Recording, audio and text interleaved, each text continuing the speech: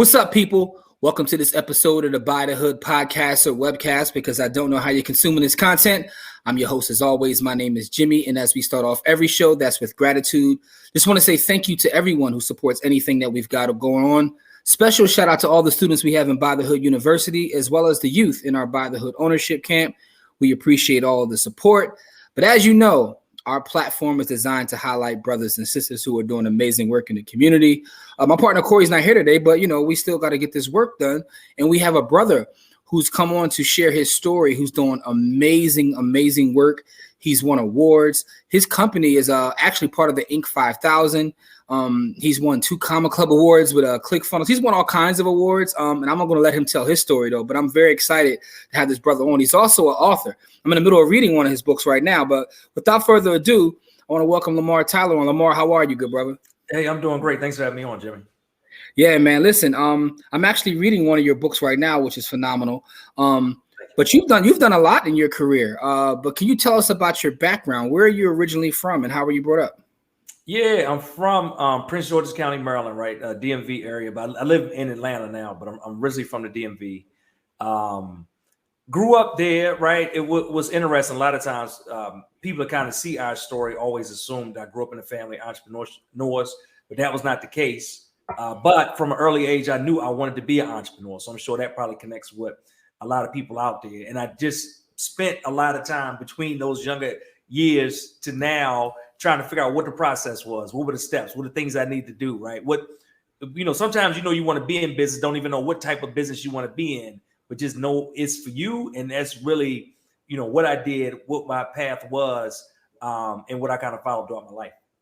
So what made you want to be an entrepreneur at a young age? Like, what was it that you saw or, that made you say, you know what, I have to have my own business or do my own thing? I think it was just something internally. Now, I think some people are convinced into it. Some people have talked into it. Like my wife, I had to sway her into entrepreneurship. She actually comes from, they're entrepreneurs in her family, but she wasn't about that life. And I had to sway her over it. But for me, it was just something internal where I knew I wanted to do it. Now, even though I knew I wanted to do it, I worked 9 to 5, worked corporate. I still need to be comfortable in the meantime. So I still had a successful career. I was working. But, from teenage years on, I knew it was something I wanted. And I was just talking to somebody yesterday, since I didn't have entrepreneurs directly in front of me.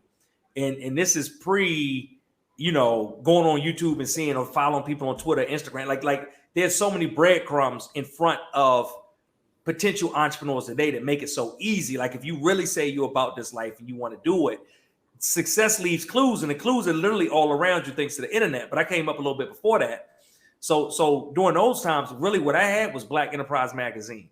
When I could look on the cover and see Black entrepreneurs that looked like me, right? I could read the pages and see the BE 100 list of these Black companies that were doing millions and tens of millions and hundreds of millions of dollars, and say, hey, you know what? One day I want to be in those pages. One day I want to be on that cover. I still ain't hit the cover yet.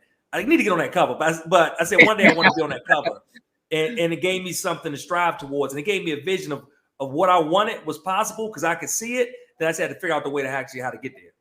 Yeah, I'm glad you said that because and rest in peace to Earl Graves, because that magazine changed a lot of lives. It doesn't get talked about enough because, you're right. Back in the day, that's all we had was Black Enterprise. And it's like, we all want that cover. but no, that's interesting though. What kind of student were you coming up? I was a for the most part, I was a good student. I was like smart, right? And I could easily do the stuff that they gave me. And I don't think I really was challenged like a lot, right? So I could skim something and then do it. And that kind of goes back. I think everyone needs to try to figure out, to be successful, to help you be successful, you need to figure out like what your strength is, what your skill set is, what your power is. And for me, like a long time ago, when I sat down and thought about it, my skill is not that I'm a dynamic marketer or a great entrepreneur, this or that. One of my greatest talents and skills is that I can read and learn easily, right? So, and always like I figured that out early and always honed it and improved on it. Because if you can just learn stuff, Jimmy, that opens up a lot of doors for you. You can be great at anything. You can be great in investing. You can be great at entrepreneurship. You can be great at a million other things as long as you can tap into the actual education and then be able to consume it, be able to digest it, and then be able to actually take action on it. So for me, I think, from a young age, that's what I could do. I could easily learn stuff And it, as I grew older, it just was about trying to figure out, all right, now what are you learning, right? Not just what the school systems are teaching you, but how can I get more education beyond that? Realizing that, hey, pretty much everything I want to learn was inside of a book. And even though I hadn't grew up in a family of entrepreneurs or investors or all these other things, right? It was one book away from me getting my entryway into those areas and then being able to, again, consume it, digest it, and then take action on it was the key. Interesting. So self-awareness is key. Knowing what you're good at and then focusing on that. I think that's an important gem you just dropped right there. Definitely. And I don't think people probably focus on that enough because everybody has talents and skills. I think too oftentimes we focus on what other people are great at and wishing that we had what they had, not really, looking inward and saying, all right, what are the things that we do? Like my wife and I, we're in business together. We're business partners, right? Been married now for 16 years. And one of the reasons our business works so well is because we total opposites. And man, I tell you like straight up, the way she do stuff, yeah, I hate it. I'm not down for it, right? And the way I do stuff, she like is disgusted with my method, Jimmy, out here getting this stuff done, right? So she's like very methodical, and she'll take her time, and she's like going over stuff 2 and 3 times, and I'm just like, I'm so impatient that drives me crazy. But she'll see how I like fly through something, and she like, dude, like you ain't gonna check that, you ain't gonna practice that. Like we should speak a lot together, and just speaking a lot was hard for us because she like, hey, we need to practice 4 or 5 times before we hit the stage. And I'm like, I can't practice because I need the people and I can't feel the energy of the people when I practice, right? We're just totally different. But the thing is, what we've learned how to do is how to hone in on what our strengths are and really use that to the benefits of our business, to the benefits of our family, and to the benefits of our lives. Yes, you kind of balance each other out. Let me ask you this question. What kind of a cheat code, or how important is it to have someone, your partner, your wife, where you guys are kind of like working towards the same goals and are working together? How important is that in your business? It's major. So I'll say this: if you don't have it, that doesn't mean it's not possible. Because I see a lot of times some people say, well, you know what? If I only had, a boyfriend, a girlfriend, a husband, a wife, a significant other, whatever, right? I'll be able to hit this next level, and I'll be able to do this, do that. You would do all of it without it. But when you do have it, it does make it exponentially easier because you have 2 people. Is what you said, Jimmy. You got 2 people working towards a common goal. And even though you may I could have a business partner, but at the end of the day, does that business partner's goals line up with mine? Me and you could go into business together, but I might in the back of my mind say, I want this to be a legacy play to hand down to my kids because 20 years from now, I don't want to be working. I want to retire and give everything away. You could have a whole different thing where you say, hey, you're in the business right now, but 20 years from now, you want to take this business, scale it up and grow it and never give it up, right? So even with a business partner, I think if you can develop that type of relationship with your partner, your life partner, right? I think it puts you in a better position because like you said, you should be working towards the same goals. So if your goals together, you can come on the same page for the business and then have the similar goals for your family, it creates a link where you should be headed the same way and twice as fast. Yeah, that's true. And you guys have created a number of businesses. Like I said, you've won all kinds of awards. I would have been here for hours reading all the awards you guys have won. But tell us about how you started some of your business. What was the actual business that got you started? Yeah, so for us together, the original thing we created was a blog, and the blog was called blackandmarriedwithkids.com. So we wanted to create a site and a blog. We were talking about doing it right. This was December 2007. So we were talking about, let's create something, let's launch something. But we were like, it was something that if we write about, people to read, because we can write, but we not like, hey, we love to write. We just want to get stuff off our chest. That ain't us. So it's like, what's stuff that we write about people actually want to read and they'll want to be a part of it. Then we said, what's things that people are interested in? So they'll come and come back to it. And when we dug into it, we said relationships. And we said, let's dig deeper than that. We said Black relationships. And we said, let's dig deeper than that. Let's niche down, because you always hear what the niches is. Riches in the niches. Yep. So we said, let's dig down deep. And we looked at it. We said, let's talk about what marriage looks like inside of and externally from the outside looking in at the Black community. Let's talk about how successful marriages and relationships do exist, because we never hear that or see that in the press. Let's talk about fathers that are in the homes taking care of not just their kids, but taking care of other people's kids oftentimes too, because that's totally ignored as well. And when we created that site, Black and Married with Kids, what happened was we had couples that have been married 20, 30 years and said, thank you. We never see ourselves represented on TV, in the newspaper, in the press, in the magazines. So this is us. We had singles that came and either said, hey, my parents have been married 40, 50 years, so I know this exists, but I never see it. And we had singles that came and said, hey, I want this one day. Like, I want a stable, healthy relationship, and I want to prepare myself for the marriage that I want. So we went from starting that blog to it instantly took off. Then we started creating products, right? Our first product, we did a documentary film, had no previous experience, but went on to make 7 full-length documentary films. We screen a doc. We do our own tours. We'd have like our own 7 to 10 city tour. We rent a private theater in different cities and states, anywhere from Houston, Dallas, DC, Baltimore, Chicago, St. Louis. I mean, just all over the country. We rent out theaters, tour around, do screenings, get people out. And during the process of selling these movies, we learned how to market. So we would have to figure out, like, how can we go into a whole new city we don't live in and get 300-400 people out to an actual screening? When we get them there, right, how can we not just get them to buy the ticket, but get them to actually buy the product? How can we create bundles? How can we maximize the actual offers? How can we create scarcity around the offers that we have? So we went from that in learning how to really sell and market those tickets and theaters and movies online to then creating ebooks and audiobooks and boot camps and workshops. And we even did 4 cruises with that community. So as we did all of that, it was very public. We just get like a ton of press, everything from, we were in Ebony, Essence, and Jet. We were in the Washington Post, Atlanta Journal-Constitution, New York Post, CNN, HLN, Good Morning America, Today Show, all that type of stuff. So people saw us growing the business right in front of them. And what happened is eventually they kept coming and saying, hey, teach me how to do what you're doing.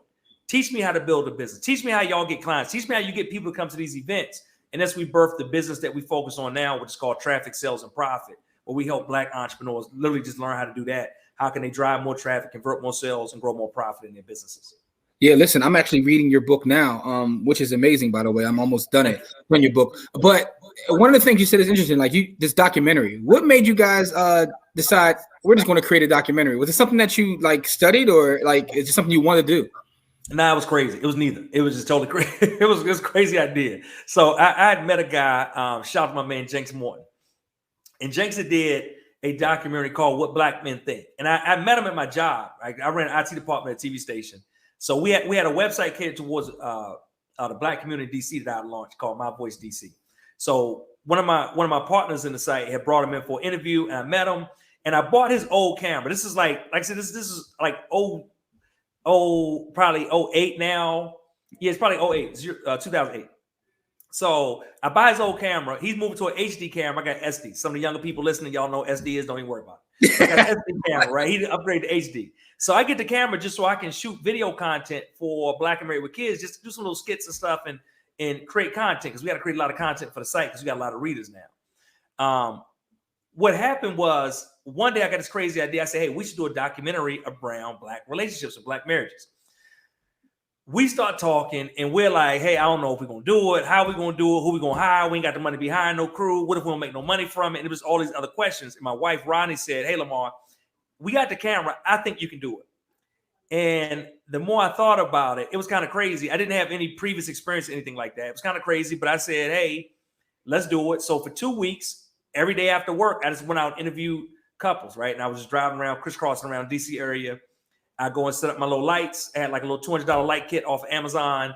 I had my SD camera, my little tripod, and I just interviewed a couple. Now, I cannot go back and look at that movie now because that joint is rough. It's like, it's a little, if I can be real, it's a little rough around the edge. People love it. People still love it. They hit us to this day and be like, oh, it's called Happily Ever After, a positive image of Black marriage. When people hit us to this day and they be like, oh, I love it, but I can't watch. Me and Ronnie we watched everything probably like 1 year, maybe like one time since that year. We probably have not seen that movie since 2010, right? Came out 2009. We probably seen it in 2010. It's a little rough around the edges. But we did it. But this is the main thing I want people to take away, is the fact that we did it. We didn't have previous experience. It was not perfect. It was not super polished, but Jimmy gave us an entrance way in. So what happened is that very first movie, we rented out a 160-seat theater in DC. And to our surprise, we sold it out. I had no idea how. I don't know why people came out, but we sold it out. But literally, because that first movie we created, we learned so much in the process. So we learned technical stuff, right? Just about sound and lighting and things, like mistakes we made. And I was like, oh, that was bad. I'm gonna make that. Never do that again. So next time we knew better. It might have been like $5,000 to just make everything, right? And that was all. Did you have fun? And I had no fun. And that was money of our paycheck. We saved the money. out of our paycheck. We paid it directly. I think too many people. Man, can I teach a little bit while I tell a story, Jimmy? Oh, absolutely, man. Listen, because one thing I recognize is you're talking about taking action. I think that's important. And this story is amazing because just to say I'm gonna do a documentary that's crazy. But you did it, right? You took the action. So you absolutely teach. Yeah, I want to hear it. So that's it, right? So just taking the act, like so many people can't get the blessing on the other side just because they don't take action and move beyond it. So we didn't know what we were doing. We didn't have a track record. We didn't have a resume. Like so many people like, oh, I need to get, I get this certification and I can do it. I get this degree. Like we ain't need none of that, right? All we needed was a story that connected with an audience. So we did it. And once we did it, like I said, we learned so many things that we did wrong that the next project was exponentially better. But again, if we never do the first project, we never can go through the actual lessons. We never can catch the lessons. So we learned what we did wrong technically. We learned some of the things we did wrong from a storytelling perspective. One of the things, like we learned how to sell and market a little bit. So that first theater we had 160 something people in it. Somebody in Baltimore was like, hey, we want you to come do a screening in Baltimore. Somebody in St. Louis said, hey, we got the Tivoli Theater down in the Loop in St. Louis. Want you to come out. So now, just because we pulled the trigger on that first location, now we got multiple locations chiming in. So what happens is over the next year, we create another movie. Second movie we got called You Save Me. This movie, right? I always talk about no matter who you are, what kind of business you're in, if you're listening, you need to be able to drive traffic. Traffic is people. So if you got a brick and mortar, I'm talking about people coming into your store. If you got a website, it's people landing on your page.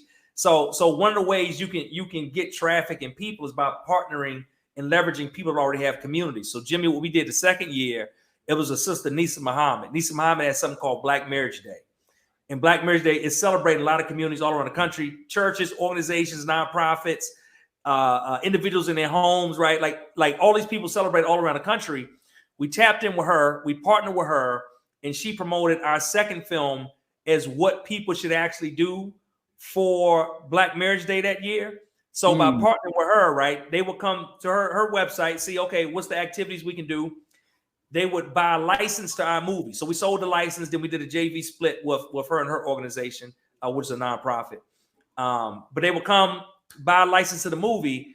We screened the actual movie. We did a debut on Black Marriage Day 2010. We screened in over 30 cities across the country. Wow. Everywhere from Atlanta, DC. We had a mega church in Wichita, Kansas with over 200 couples. We had a private viewing, right, in Rancho Cucamonga, California. Had never heard of it before then.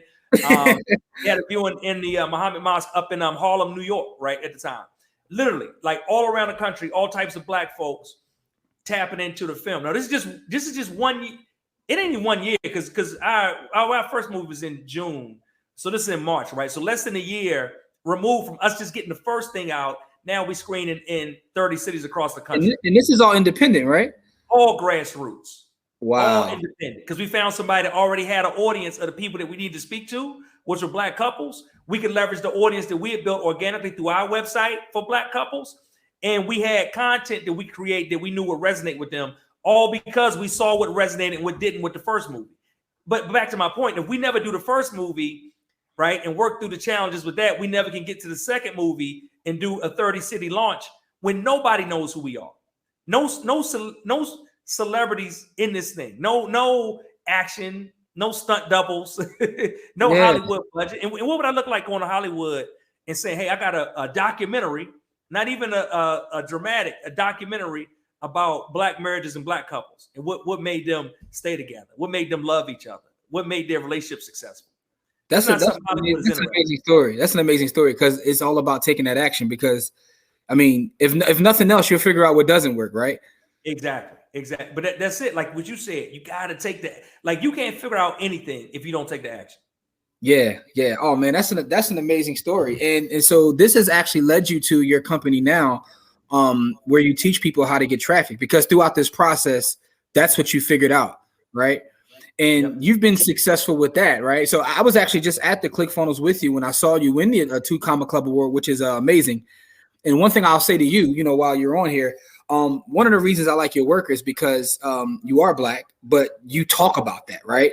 So you have a lot of people who are Black who try to don't even talk about it, but you cater to our people. And I think that's tremendous. And I just want to give you kudos for that, because you're teaching our people how to build businesses, which is important.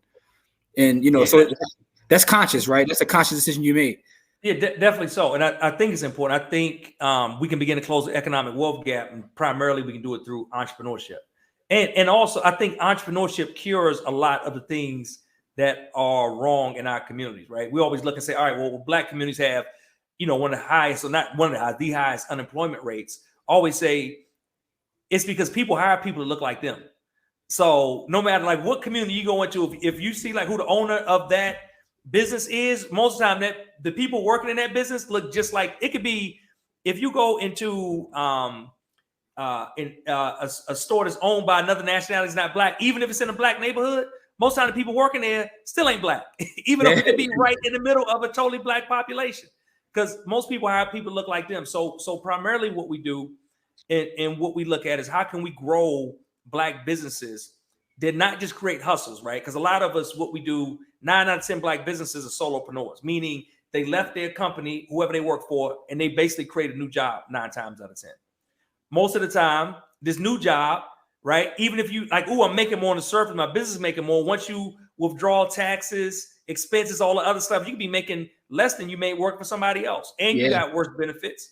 And, you know, you don't have retirement set aside. And, you know, it's just not set up properly the way you would imagine, the way you would dreamed about when you said, I'm going to be an entrepreneur. So we're trying to grow and scale real companies that go beyond just, hey, I'm trying to get to my first 100K. How can we get to 500? How can we get to at least 7 figures? And then you bring on team, staff, you employ people in your community, and then we all go higher.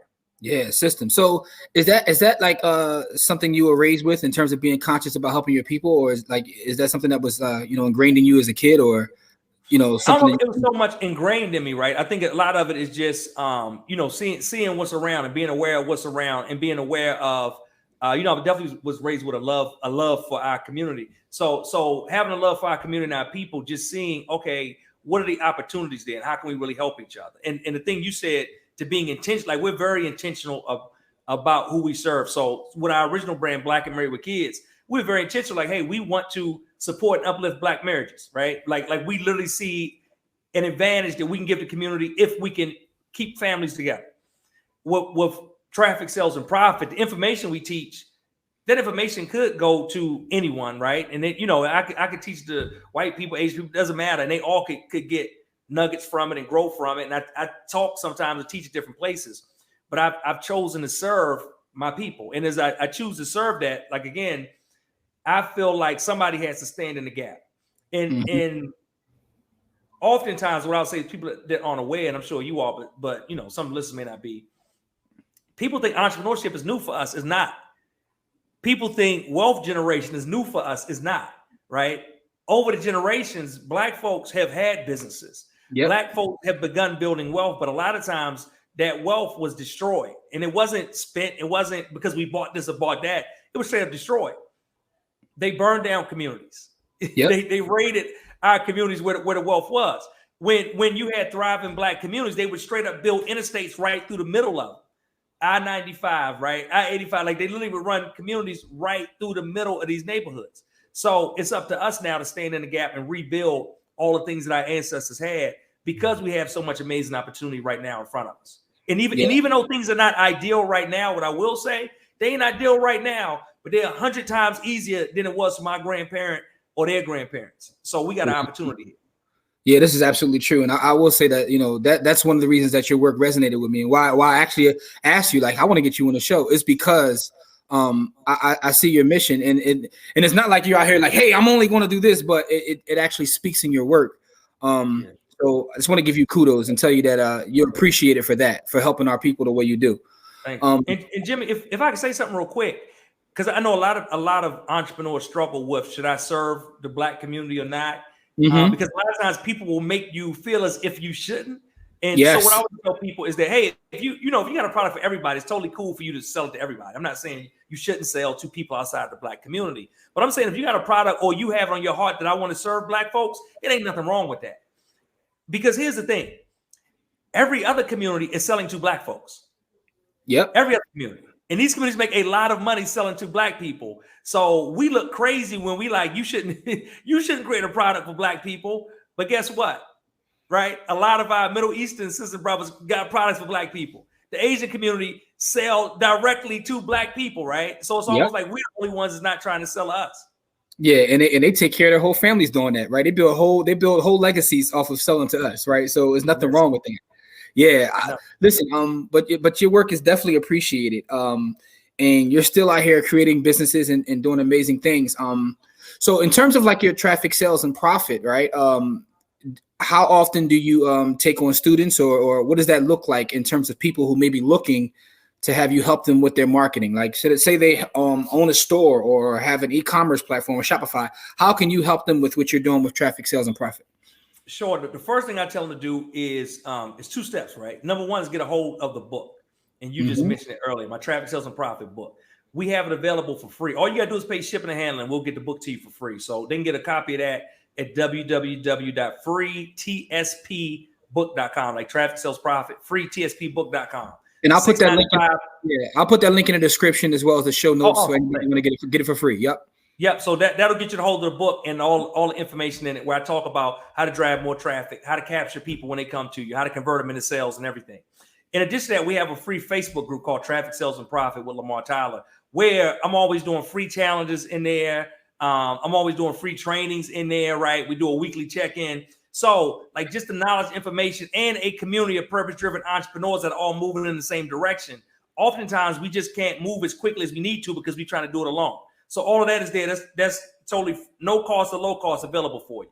In addition to that, we have 2 conferences a year. One in January called TSP Game Plan, one in June, right? So the January conference we're selling right now. We're getting close to a sellout on that. And people can get more information on that, through the website and through the group as well. But that's coming up. And beside the conferences, like the only 2 main things we do, we won't do a lot of stuff. The main things we do is we got the conference. We got a monthly membership for people that just want to get started, just get the education. And then we have a 12-month mastermind, where the mastermind is over the course of 12 months. I have coaches in the program that coach you, that mentor you, to take you through step by step. We meet quarterly to help you define and really grow out your business, and not just like how to sell a market, but how do you sell a market? How do you create processes and systems around what you do in the business? How do you increase revenue, and not just revenue, but profit?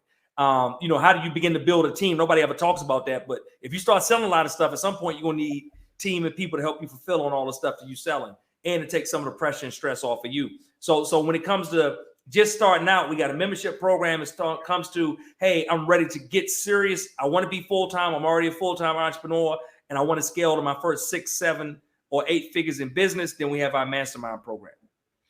Oh, amazing. So the conference in January, where is that located at? It's in Atlanta. Okay. It's called TSP Game Plan. We focus on 4 things. We focus on products, right? What are the products and services you should be launching for the new year? We focus on planning, right? Like most people just don't make as much money as they should because they don't properly plan their launches or their programs or their products out. So we focus on planning. We focus on people. Who are the people on your team that you can implement, that you should be bringing on over the next year? And then, like I said, we focus on profit as well. So that's kind of like the core focus of that January event. We got a lot of dynamic folks coming through. A few of them. We have one of my experts in my program is actual neuroscientist, Shantae Taylor. So she's coming. She has an organization called Optimind Institute, and she talks about mindset from the brain perspective. Like not just how do you feel, but like what is your brain? Like how come when you know all the things to do, you still don't actually go forward and do them? It's some things in your brain that are happening, and she talks about mindset from a brain perspective. In addition to her, we have Tim Grover. So Tim Grover is the guy that was the physical trainer and mental toughness coach for Michael Jordan. Kobe too, right? Yes, right. Hey, Jimmy, you beat me to the punch, right? Yeah. Kobe asked MJ for a long, who do you work with? MJ wouldn't tell him until he retired, and that guy was Tim Grover. So he worked with Kobe. So I tell entrepreneurs, you want to have that Mamba mentality. The best person to learn from is the person that was Kobe's mental toughness coach. And since then, Dwayne Wade, he's working with Russell Wilson right now, right? Like a lot of other professionals, high-level athletes and entrepreneurs. So he's coming. So when I say January is going to be special, all I can say is people need to be in the room. Oh man, that sounds amazing, man. I got to get my ticket myself because that's going to be life-changing. Listen, and for the folks out there watching, I will say that I can co-sign what he's saying. Like I said, he's won several awards. And you won a very prestigious award at the last ClickFunnels. It wasn't just a two-comma. You did what? Like it was for 10 million or more, something like that. It was their 2CCX award for doing over $10 million in sales through their platform. So we won that, like you mentioned, we won the Inc. 5000 list this year of the country's fastest growing privately held companies. So for us, what was interesting, an interesting story about that is that I was at a ClickFunnels conference a few years ago, and I was sitting on the road with some of my friends who all were amazing entrepreneurs.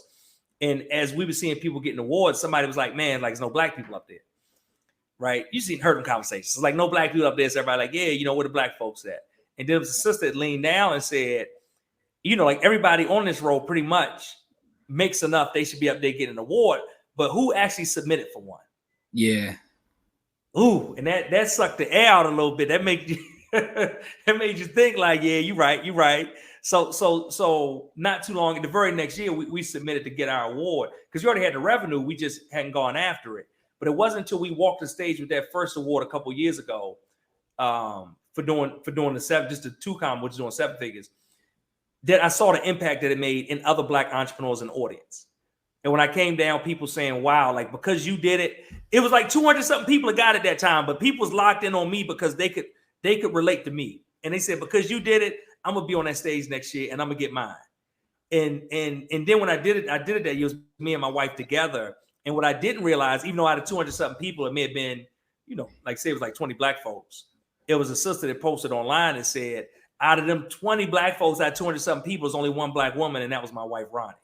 So when they say representation matters, man, it does. Absolutely. So a lot of times it's not just about you, it's about the people that come after you. So making sure you are represented and visible for them so they can be inspired by it. One of the reasons that we even have this podcast is because representation matters. We want to highlight the people that are doing the work. Mm-hmm. And just to speak to what you said, one of the reasons, like, so this was my first, I've used the product, but my first time going to a ClickFunnels conference was this year. I didn't submit anything because I didn't even know that was a process until I got there. But seeing you resonated with me. And it wasn't just because, like you said, it was about 20 black folks there. But it's also the way you did it, right? Because, and this is no shots at anybody, but you didn't. I've seen a lot of people who, rent the Lamborghinis and the mansions, and they do all these kind of things to generate revenue. But yours is if I can say pro-black. You cater and serve our people, and you do it a certain way, and that kind of resonated with me as opposed to some other folks. And that's no disrespect. Everybody has their own way of doing things. But that's why representation does matter. Yeah, and I think what you hit on right is one of the messages I've been talking about it more. I was like, man, I need to do something big around it because it's been resonating with people. Like you said, it's a million ways to get there, and oftentimes we only see like one way, and we start to kind of second guess stuff, or we start to get is it for me or is it possible? So. I posted something online the other day. I was like, guess what, y'all? You like literally could have a business and crush it and not be on social media. Like you ain't got to be the face of your brand. I know everybody's telling you to be the face of your brand, but actually, it's a whole lot of people make a whole lot of money without ever being the face of their brand. Yep. I'm like, you can have somebody else be the face of your brand. You could have ambassadors. You could have a spokesperson, right? You could have somebody else be the front person. You work all the back end systems. And when I said that, I got so many comments and reaction back where it felt like it just took the edge off for a lot of people. So just letting them know that you don't have to share. I think we're in a society where it's being made out that you got to share everything, but you don't. Like I'm like a pretty private dude for the most part. Mm-hmm. So it's like people in my program, they're like, Lamar, do you really have, like, I know you had this thing black and married with kids. Do you really have kids? I'm like, yeah, I got kids. My kids ain't for your public consumption. You know what I'm saying? It's like, and I know this is the thing, right? I know I can put my kids out there and it would get me all type of extra views. Like I'm hip to the game. I know what's up, right? But it just ain't for me. Now, not to say it's wrong for somebody else to do it. Everybody can do what they want to do. No, that's kind of what I'm saying. What I'm saying is everybody has their own way, but what your specific way resonated with me because, it's like, it's about the business. It's not about all the other stuff. And a lot of people make it about the other stuff, which drives them traffic. But you're getting traffic in a way, to me, that's like honorable, if I can use it for lack of a better term. Like, so that's why it resonated with me.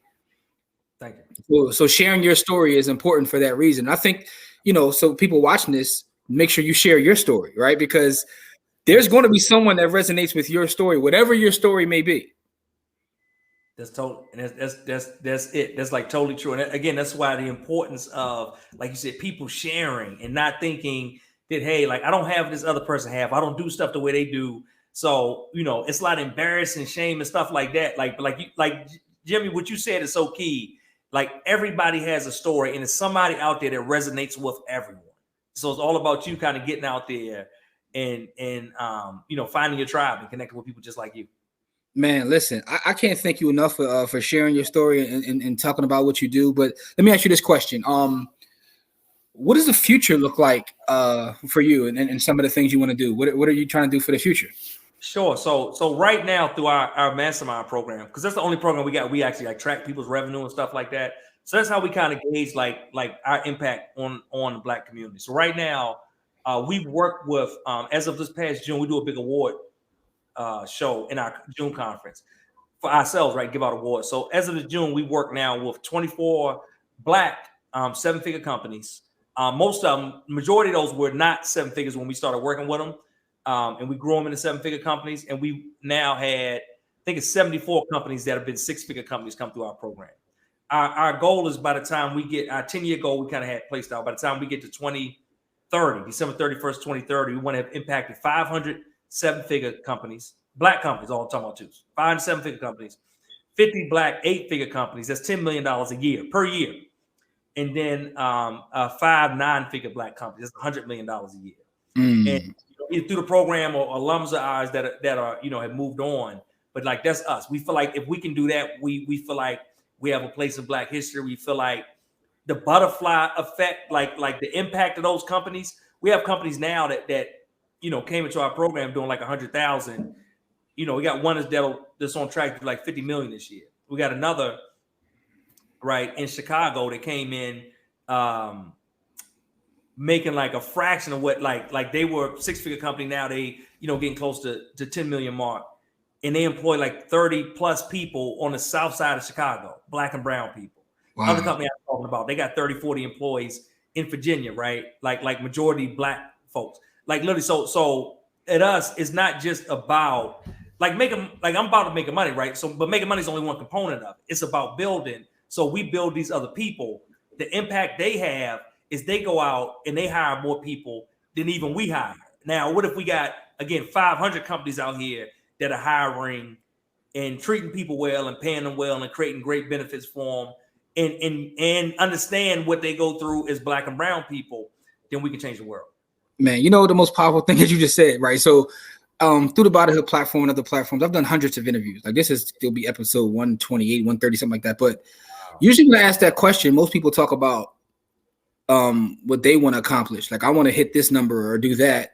You talked about what you want your students or other people to do. You talked about, so to me, that actually stood out is you didn't even talk about yourself. You talked about what you want to help other people create.